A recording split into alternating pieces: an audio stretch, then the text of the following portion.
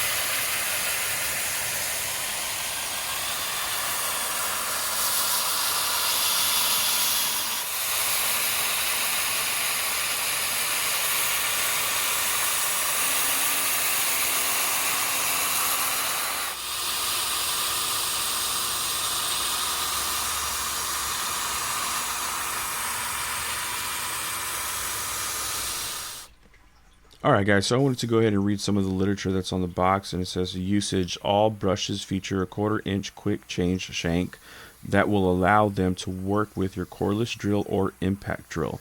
Wash instructions: hand wash only with water, hang to air dry.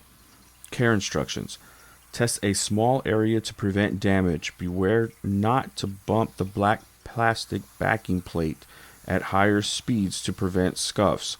High speeds may sling chemical. Wear safety goggles. Alright guys, I wanted to actually tell you that I've actually had this product for about 2 months now, and man, they hold up really well. I think I've done probably like 6 vehicles already with this product, and it's just so easy to use. But also too, when you're gonna vacuum and you do this up to kind of like loosen up the dirt and whatnot, it just makes things so much easier, as well as washing the mats and whatnot.